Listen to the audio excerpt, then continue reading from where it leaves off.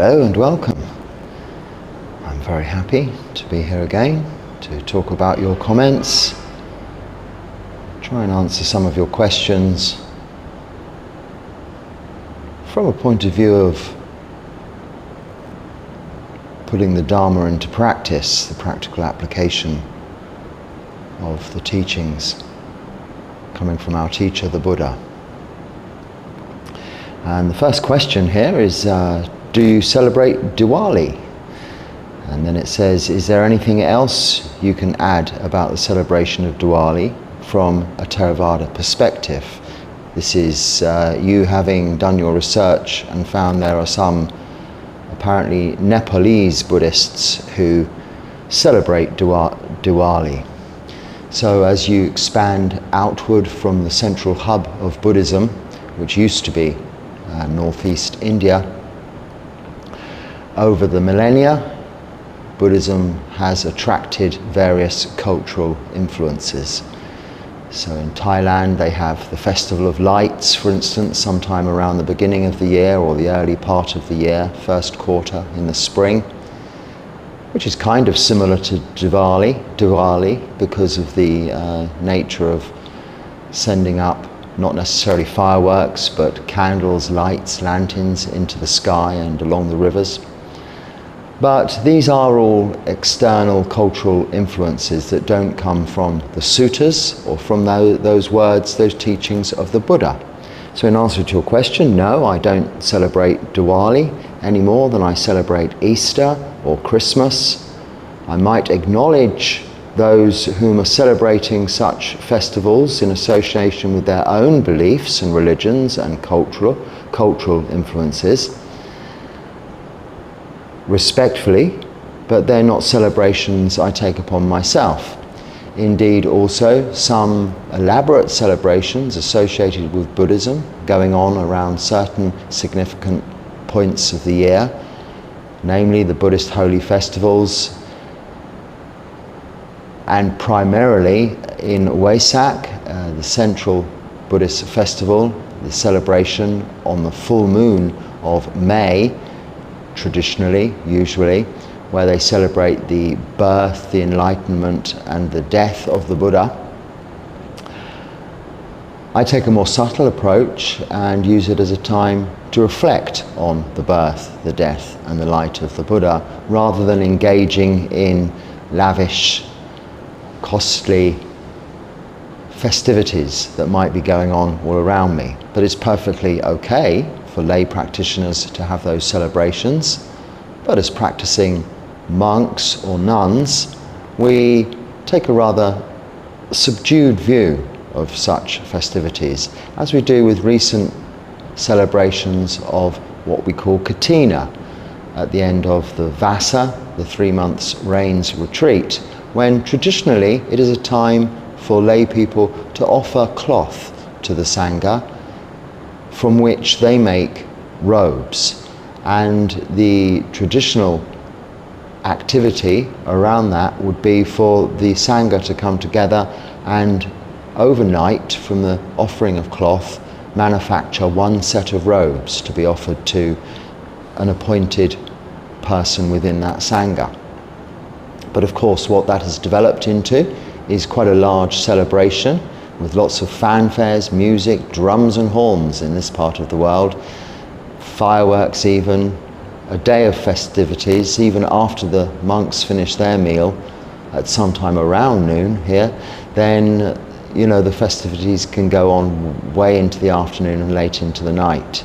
Again, as a practicing Buddhist monk, I remain rather subdued in these affairs and just acknowledge that people like to really rejoice. We have this word anumodana, which we use rather than thank you, in respect of offerings that are made to us. So I say anumodana, sadhu, sadhu, sadhu, in respect of offerings made to the Sangha and there to support me, which means directly anumodana, acknowledgement and celebration of the goodness you have done. And sadhu, sadhu, sadhu, sadhu means excellent or wonderful and marvellous, wonderful and marvellous, wonderful and marvellous. So it is anumodana, sadhu, sadhu, sadhu for all of these Buddhist related celebrations that might be going on, supporting sanghas all over the world. But it doesn't mean that we as Buddhist monks have to necessarily directly partake in them. As for other celebrations, for other religions, well then certainly not, but we can politely respect them and acknowledge them. You always point us to developing wholesome mind states, and if you could reiterate sometime soon about cultivating these whilst the senses are in full swing, the internet where content is forced onto us and provokes emotions. Okay, the internet where content is forced upon you. You don't have to turn it on, you don't have to look at it. There are occasions, yes, I accept, whereby, for instance, watching a channel on YouTube, there may be advertising. There are ways you can restrict that advertising. You can usually skip through it, or you could just choose to look away, not indulge yourself in it. Certainly don't click on it and expand it to further stimulation. But I think I spoke about this in a recent talk, if not the last talk yesterday, when referring to guarding of the senses. So, how do we develop wholesome mind states? Well, we develop wholesome mind states by firstly reducing unwholesome mind states. And the way to go about reducing unwholesome mind states, firstly, is by way of guarding the senses. So we are learning to practice mindfulness in all of our daily activities of body, speech and mind. This is the practice. So we apply that mindfulness as not just a thing we say or we aspire to, but really consider what it means. Samasati means recollection, really recalling and understanding what it is that's happening, what we are doing in the present moment, here and now.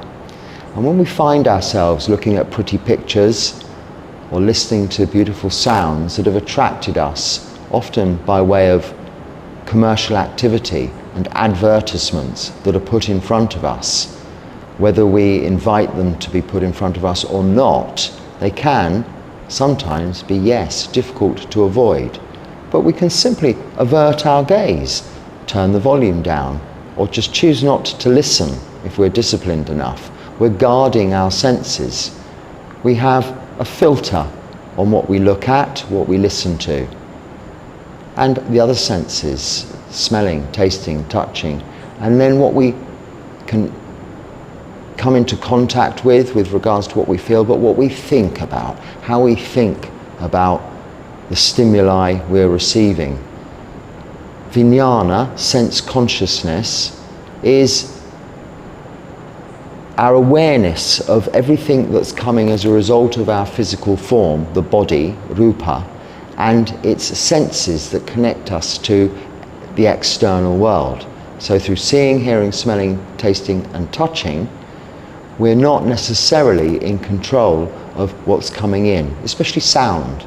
There could be provocative sounds going on that we can't avert our gaze from. We can't look away. The sound is, omnipresent, if you like, or ever present. It's always around. And it could lead to, more often than not, aversion, not liking. And this is leading to unwholesome mind states.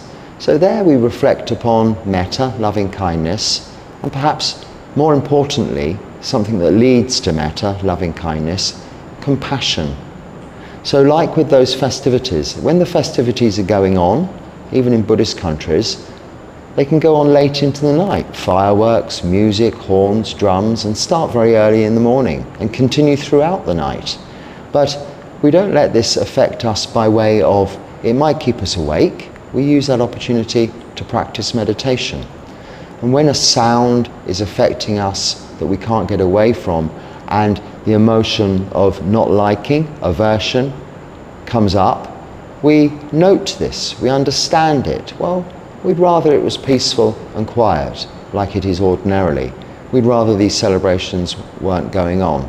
But out of compassion, we can see that the people whom are responsible for this are also enjoying these activities. They're with their own friends, their family, and if it's in a Buddhist country and these are Buddhist celebrations, they are celebrating the refuges that they have taken in the Buddha, the Dharma and the Sangha. So we respectfully acknowledge that, as we do with other other faiths that might be celebrated by other people practicing other things. So having compassion helps, in that sense, develop some patience and some endurance of an ongoing situation. And it can help us understand that also these celebrations or these noises that we might not like will be coming to an end soon. And it doesn't have to be related around celebrations. You may have a neighbour who has a barking dog, or a guest staying who makes a particular amount of noise, but you know this will pass. It's impermanent. It might be unsatisfactory for now, and it might be out of your control for now, but it will pass. It gives us this wonderful opportunity, when tested, to explore all of these aspects of the truth, reality. Sound, the ears are just hearing sound. It is your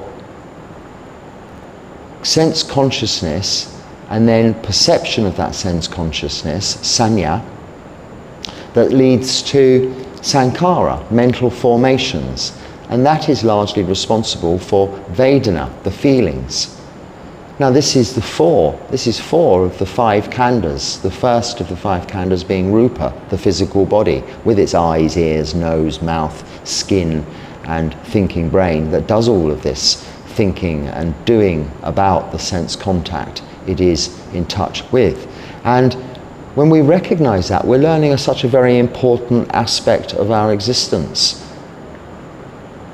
That we're not that. We're not those five khandhas. This is not the self. It is just the experience of existence. So think of all of these experiences as teaching us not only patience and endurance, but understanding and wisdom. And that is developing wholesome mind states that are coming firstly from a place of negative mind states.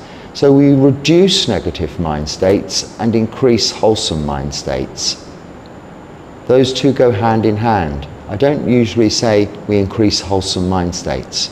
It's usually coupled with, by reducing unwholesome mind states, we increase wholesome mind states. So guard your senses when browsing the internet. Look away, switch to something else. And we do have control, we can have control. Things like YouTube Premium means you pay a little, but you'll never have adverts. You'll probably subsequently use considerably less data as a result of not having to view many minutes of adverts prior to what it is, the Dharma talk, for instance, you might want to listen to. But this varies from region to region, as do all of these cultural differences in our own Buddhist practices, the cultural influences that vary from region to region. But we don't get stuck in our views. We don't say, well, I'm a Thai forest monk. I was trained in Thailand, so I'm not doing that here. You can just refrain from doing that here, but from the place of it is an additional extra that isn't necessary or supportive to your practice, and therefore isn't conducive to developing wholesome mind states. So you set it aside, you leave it alone. You don't necessarily react against it as being improper, because it isn't necessarily. It's supportive of faith, saddha, those individuals celebrating their devotion to their own form of practice. So we support it, but subtly, from the sidelines.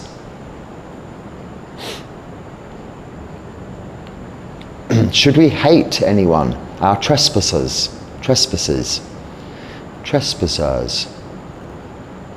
So those aggressors or people who are nasty to you, horrible to you, or even hurt you, should we hate you? Hate them.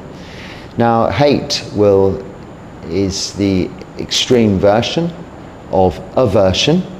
So ill will, or hatred, is one of the defilements. Greed, hatred, and delusion. Greed is at the upper end of sensual desire. Hatred is at the upper end of ill will or aversion. Delusion is really just not understanding stuff, isn't it? Confusion, in other words, as opposed to a lack of intellectual knowledge.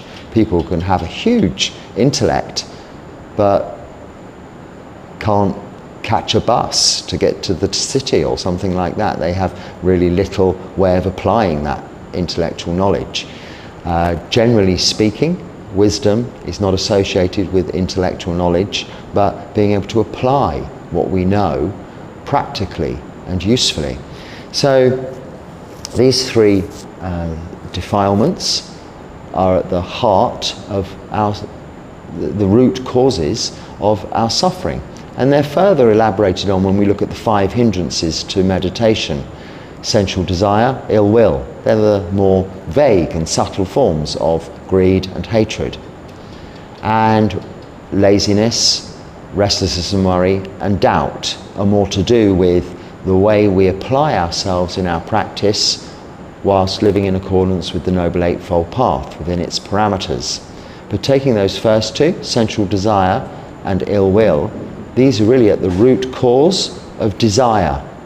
Either desire to have something we don't have, sensual desire, or the desire to not have a situation as it may be, or for something to be otherwise than it is, aversion or ill will, or hatred. So if someone is hurting you, you may not wish it to be that way. You certainly wouldn't wish it to be that way, but it doesn't mean that you have to hate that person whom is harming you. More importantly, one would naturally, never forcibly, but naturally, through one's lack of delusion, so reducing that third defilement of confusion and delusion, not by replacing it with intellect and knowledge, but by wisdom and understanding, one would naturally know that that person is harming themselves far more than they can ever harm you through the negative karma they're producing through their actions of either body, speech or mind that are harming another. Now, where you use the term trespassers, it sounds like you could be coming from a formerly Christian background. Forgive us our trespasses as we forgive those who trespass against us, is a line in your common prayer, your Lord's Prayer. And even Jesus on the cross, I think, was quoted as saying, Father, forgive them, for they know not what they're doing. And therefore alluding to his compassion for those that really causing him physical harm and mental distress to the point of his death, crucifixion on the cross. Yet he was able to exert or demonstrate compassion for those perpetrators, for they knew not what they were doing, through ignorance or delusion. Their instructions were to do this. Their information that this was a criminal, a heretic, something of this nature. This was deluded because they were harming a living being and therefore harming themselves through the negative karma they were performing. And therefore, should this fellow on the cross, Jesus, hate them?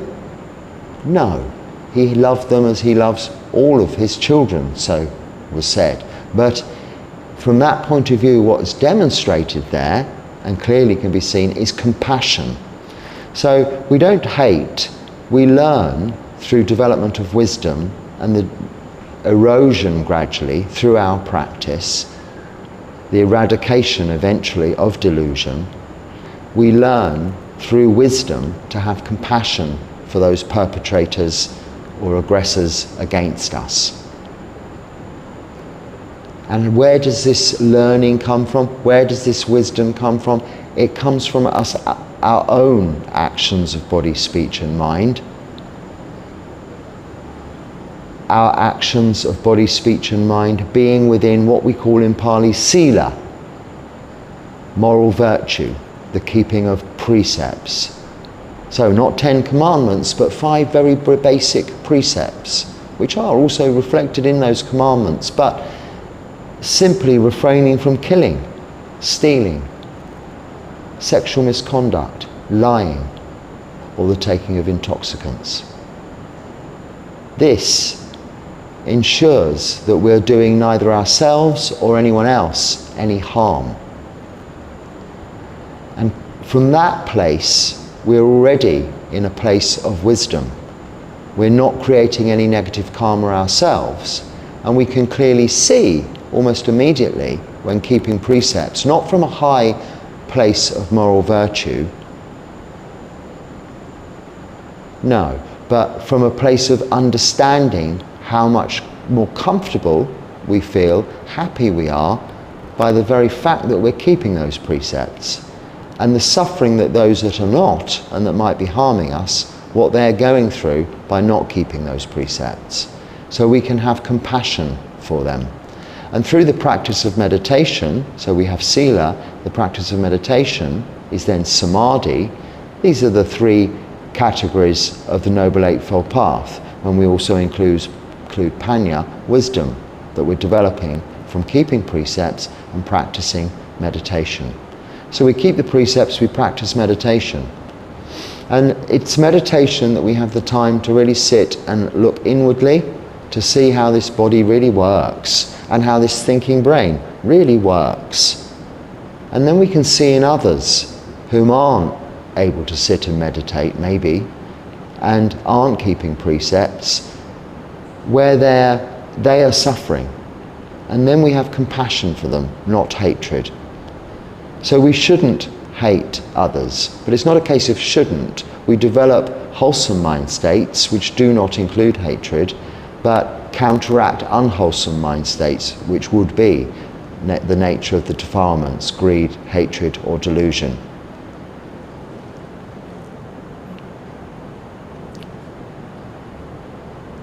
Someone asked a question a little while back that they think got lost. So here it is again. I don't think I recall it, so let's have a look. How do you know that you can achieve Nibbana in this lifetime? I know that you as a monk have made the determination to achieve freedom from suffering in this lifetime, but how could you know that you're able to achieve Nibbana in this lifetime, rather than simply increasing wisdom and getting one lifetime closer in the most pleasant way possible? Well, that's the answer, the second part of the question. You don't know that you can reach Nibbana in this lifetime, whether you're a monk or a lay practitioner, but you can certainly, as you put it, simply increase the wisdom and get one lifetime closer in the most pleasant way possible. Isn't that just a nice way of putting it? So yeah, you don't know. That's the answer to that. I've never said I know I'm going to attain to Nibbana in this lifetime. You can have confidence, you can have faith, saddha, that if you follow the teachings and the word of the Buddha, by keeping sila, practicing meditation and developing wisdom, developing wholesome mind states, reducing unwholesome mind states, you will be certainly getting closer towards attaining to Nibbana. Or in other words, becoming free from suffering in this lifetime with no future rebirth, having let go of attachment to the 5 khandhas, to life, living, but not through a nihilistic tendencies, that is, well, I want it all to end now, for nothingness, but really understanding the nature of karma and rebirth. So fully developing right view without any doubts. This is one of the aspects of the first stage of enlightenment, as we call it, sotapanna, where you have eradicated doubt. And that doubt, when referring to doubt, is referring to doubt in the Four Noble Truths, inclusive of the Noble Eightfold Path, as the practice. and the characteristics of existence, anicca, dukkha, anatta, impermanence, unsatisfactoriness, and not self. So the abandonment of sakkaya ditthi, personality view, thinking that there is a self.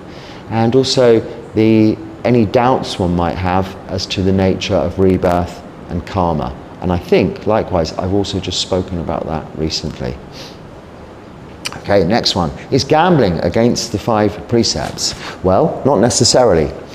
So, gambling in some other schools, northern schools of Buddhism, Mahayana, I think is prohibited in their, not 5 precepts, but their 10 precepts, I think. But in the 5 precepts, no. But some life choices and aspects associated with gambling might be in breach of some of those precepts. So, gambling per se, gambling, a game, betting on a horse or a dog to win or lose, or a bull to land in a certain slot on a roulette wheel for fun with friends or family in a social environment as a game, and using money or playing cards or using money that you can freely give away or lose. So in effect, if you go to the cinema to watch a movie, you pay a certain amount of money for the ticket, you don't expect to get that money back. This is the attitude one might have when going to a casino. One goes to a casino or plays a game of cards with the view that the money you're spending is to spend money to have fun, and you're not going to get it back. So one would only gamble with money that one can afford to lose. However, the negative connotations of that is that gambling fuels greed, because the object of winning through gambling is to get more money than you began with. Whereas we should be able to get as much pleasure through losing as we are winning. It's participation in the game, playing the game. If you played tennis or squash or football or whatever, and you were always unhappy when you lost, and you expected always to win, then very soon the pastime of playing those sports would become not pleasurable, but just causing suffering. It's not, you hear this expression, that it's not the winning, it's the partaking that is important. So this is the problem, and this is why it has become a precept. Gambling can lead to other things. It can lead to an increase of desire and become addictive as a result of that. It's exploiting the root defilement of greed.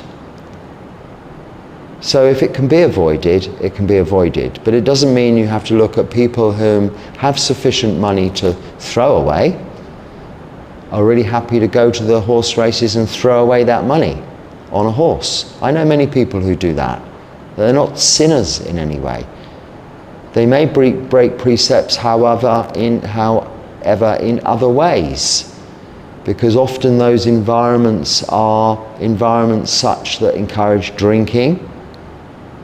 And some people who get into the trap of greed through delusion and into gambling might also start to lie, not only to others, but to themselves about the money that they're wasting on that activity. They may say, well, yeah, but I might win, so I can afford to lose this money. And that's just an excuse. If you can afford to lose the money, you don't care whether you win or lose. But that's very hard to have that attitude when it comes to gambling. Gambling is designed to draw people in, attract you, and catch you and prey on your root defilement of greed. And this is the addictive nature of gambling. So it's like intoxicants. Morally speaking, to have the odd glass of wine or beer occasionally isn't too bad, morally speaking, but it doesn't stop there. It usually leads to another and then another. And once one is entrapped with this, even if it doesn't lead to addiction, it will lead to a reduction in inhibitions. It will lead to a loosening of our moral virtue, and therefore can lead, in the first instance, say, towards just exaggeration, which is a minor form of lying, but can lead to lying. It may lead to just a little bit laxed with regards to sexual misconduct, with regards to taking what is not given or what is not yours, stealing. And also you could be leading towards doing yourself harm and harming others, with a progression, because alcohol likewise, like gambling, can draw one in and become addictive by preying on the nature of humanity, the root defilement of greed. It can also mask what it is that we don't like. People can immerse themselves in, say, gambling or drinking to mask the root defilement of hatred. So through delusion, you fall into drinking and associating with people who drink. You fall into gambling and associating with people who gamble, because you don't like what's going on in life. So rather than finding out what it is you don't like, what's going on in life, and changing it where you can, or where you can't change it, accepting it as the way it is, as being unchangeable, but enduring it, then through delusion you fall into these other potential traps. So one should be very wary of it. And if you can avoid it, there are much other, more wholesome ways of having fun. Or you can still go to the horse races and not gamble. We can play cards with matchsticks. But as you can see, one thing can lead to another. Why go to a bar and drink, say, mocktails, or not artificial, but non-alcoholic cocktails? Why drink non-alcoholic beer? Because beer doesn't even really taste nice, does it, that particularly, for people that first start drinking beer. It's an acquired taste, you get used to it. Because it may lead to drinking alcoholic beer, or it may lead to drinking alcoholic cocktails. You're immersing yourself in an environment that's conducive to the drinking of alcohol. So again, with guarding senses, with reducing unwholesome mind states, by avoiding those situations, we increase wholesome mind states, which would not lead us into drinking or gambling. So taking of intoxicants is specifically included in the 5 precepts, but can, to some extent, be extended to gambling. When it becomes an addiction, does also become a kind of intoxicant. Wisdom can go by the wayside. You might bet your last dollar, pound, yen, rupee on an outcome that's not to be, in the hopes that you will become rich. This is pure delusion. You can see with all these activities, they are forms and representations of these defilements: greed, hatred and delusion, lobha, dosa, moha in the Pali. It's those we're trying to, working on, practicing towards eradicating. Oh wow, this is a long one. I wonder if I've highlighted something in there. No, I haven't. I'll just have to bear with me. What do you do when an intense emotions arise, like anger, fear, anxiety, restlessness towards a problem like unemployment or conflicts, strained relationships with my father, for example? He has an anger issues, alcohol problems and wrong speech and actions. I live with him at the moment and can't afford to move out. It's very difficult for me to calm down without distracting myself, and even then it takes a long time. I end up pacing back and forth because of the surplus of negative energy. I try to meditate, but it's so hard to sit still. My body feels like it's having a seizure. I can't sit, it has to be moved.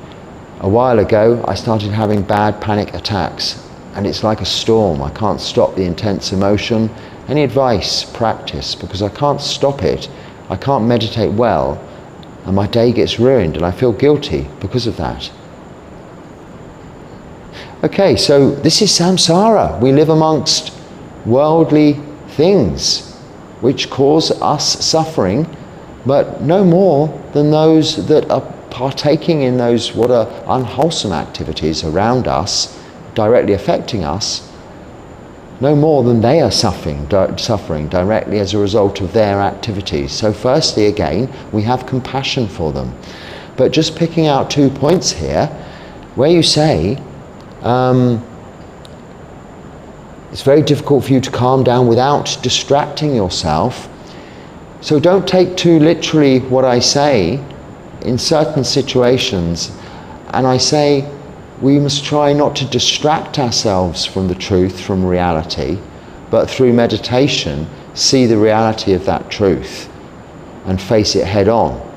But when the reality of that truth is affecting you negatively, so creating unwholesome mind states, and physically through the nature of panic attacks, it's perfectly okay to distract yourself.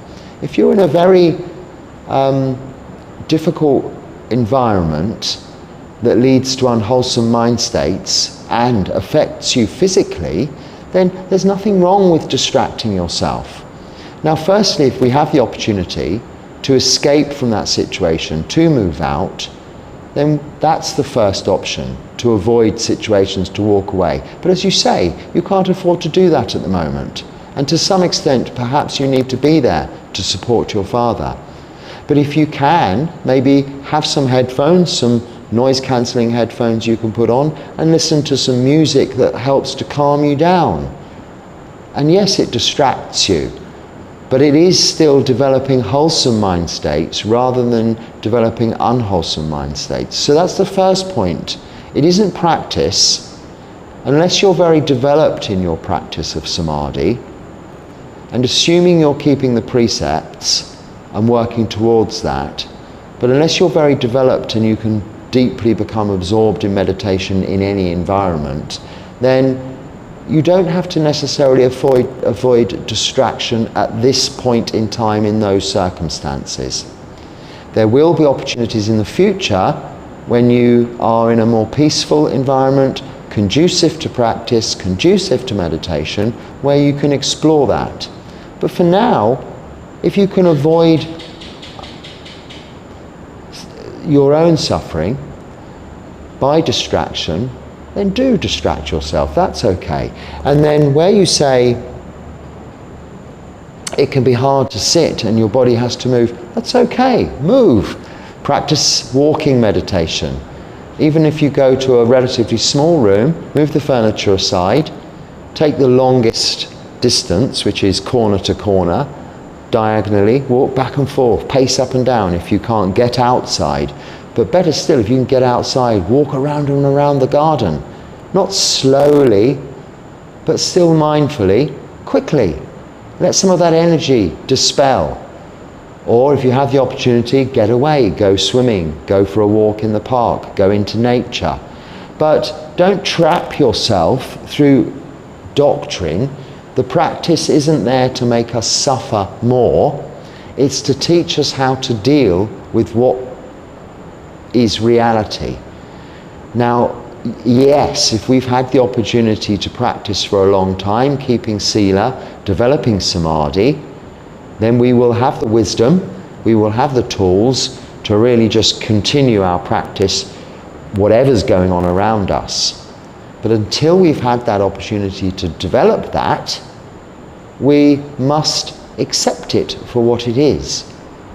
Put up with it, if you like. And if that involves a little distraction, and in your case I think it might need to, then that's all you need to do. So I would say you have right intention there, because you're wishing to practice meditation, but it's becoming an obstacle because you can't practice meditation because of your environment. So don't let that make you feel negative towards the practice. Realize that whilst your environment, like when people are working, they can't be meditating, they can keep precepts though. You can always keep precepts. And this is helping you develop wisdom in a difficult situation. But not every environment and not all of our time can be dedicated towards meditation. So if you need to watch movies or even play computer games or something like that, but be aware of how you are using those as tools of distraction. Make them in a way, and I don't recommend this unless it's really necessary, as it might be in your situation, but make them in a way your meditation object. It might be difficult, for instance, just to sit down and peacefully read a book because of the nature of what's going on around you. But you can probably sit down and watch a movie, even if you have to have some headphones on or ear pods or whatever. So this is what I'd suggest. Guilty. Don't feel guilty. This isn't your bad karma. You're there living at home. In a way, even though it's not by choice, you're still supportive. You're still supporting your family by being there. So maybe don't try and change the ways of behavior of others, but if you can support them in any way, which might lead to them changing themselves, then do so. But if not, then don't interfere. Step back and just help when called upon to do so. But begin by helping yourself. Don't give yourself undue suffering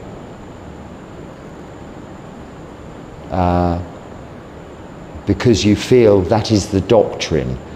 You see, this Buddhist practice isn't doctrinal. It's adaptive to situations. And in this situation, there needs to be a certain amount of adaptation. You'll have many opportunities outside of that situation. If you go to work, for instance, take a lunch break, find a quiet place, meditate for 15 minutes, 20 minutes after you've eaten or before you've eaten.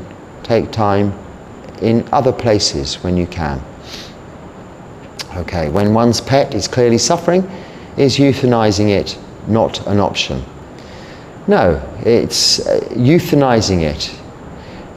What does that mean? Killing. You're killing it, yes? Killing the pet.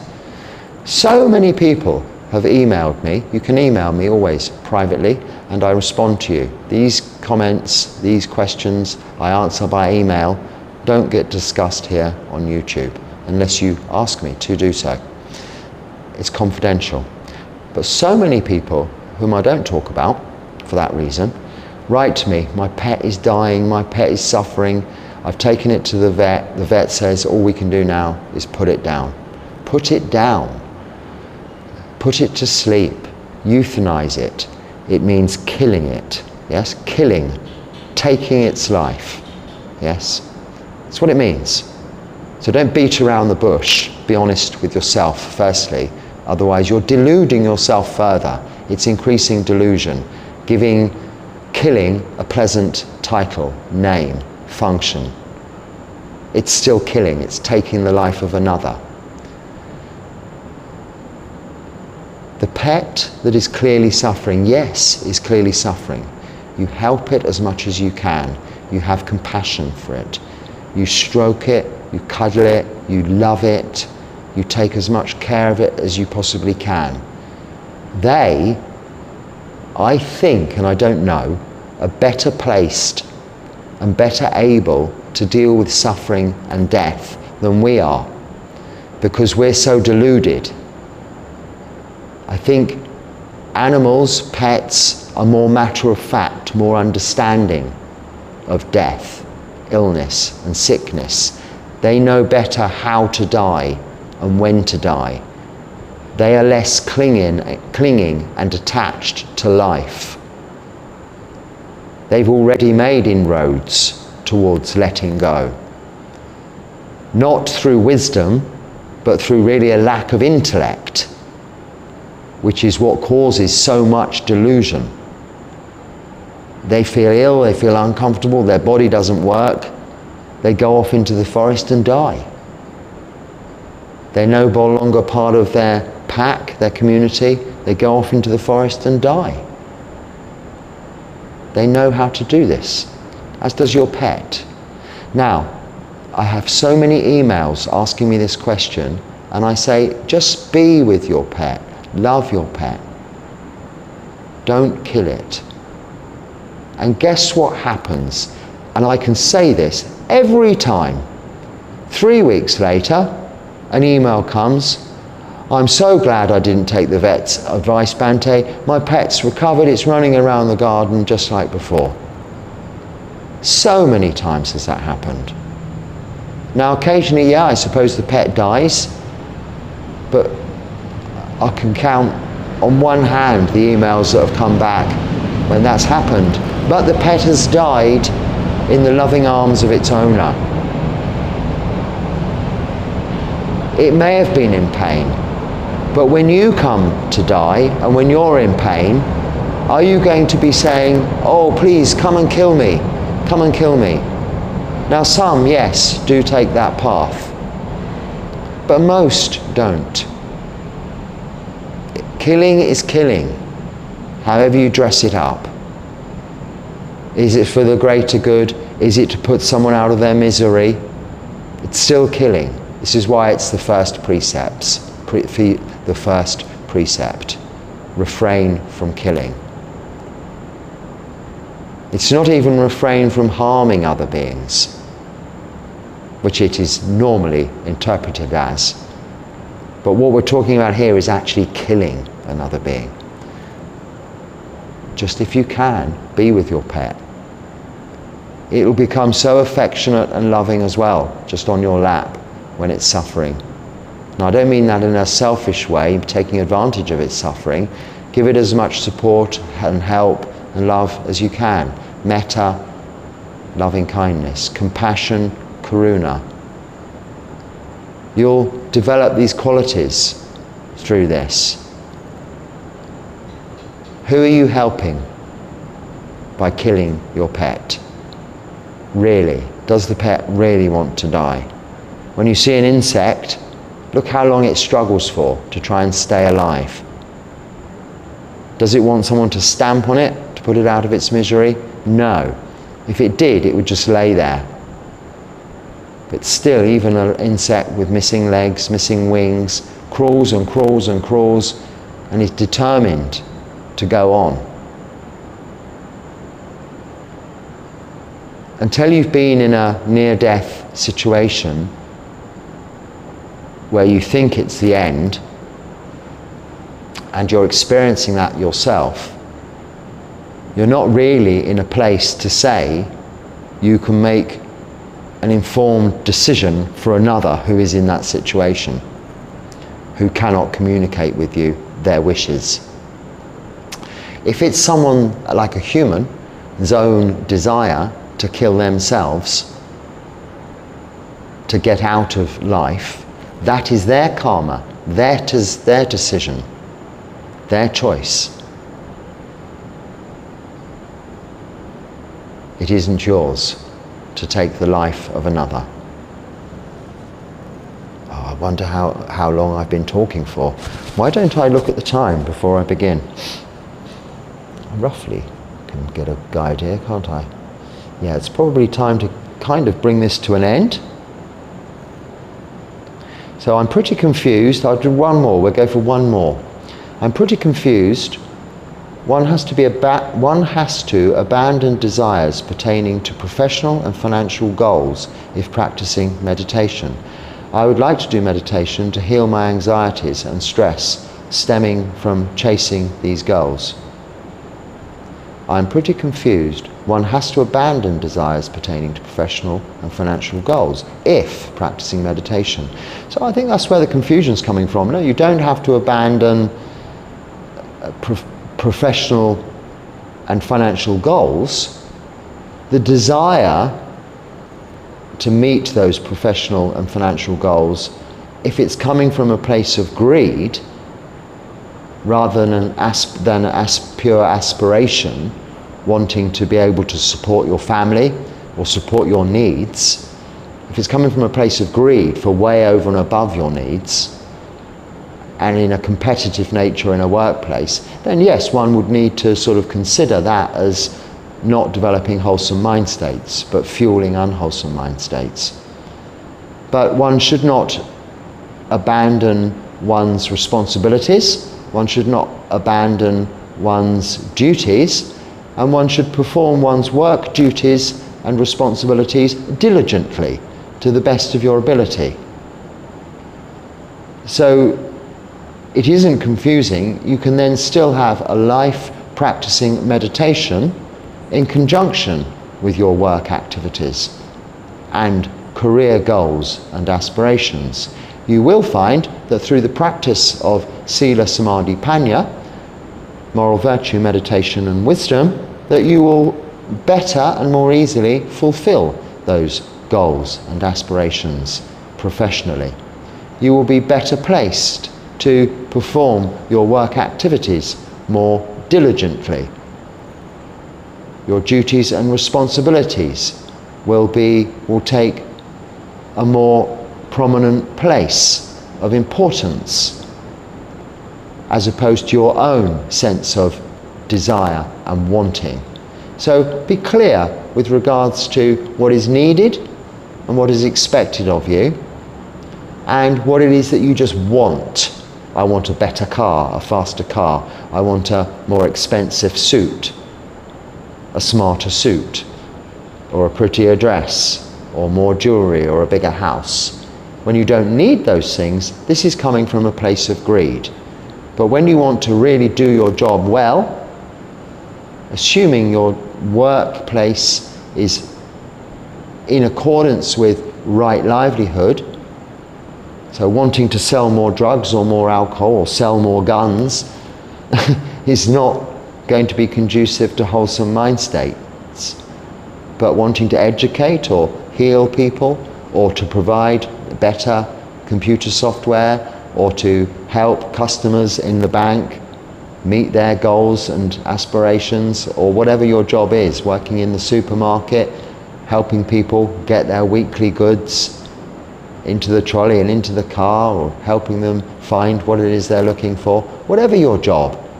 If you're providing a service and you're helping people, it's coming from a place of compassion and a place of loving kindness, isn't it? And indeed, it's also supporting your own needs financially through earning, being your right livelihood, earning a living. So don't be confused, it's quite clear. And then you go home and you practice meditation. So on that note, we should leave it there until next time. Thank you for all your comments and your questions. I hope if there's something there that's useful, you can put it to good use. If not, just let it go and don't let it bother you. But until next time, be happy and stay well. Sukhi Hotu.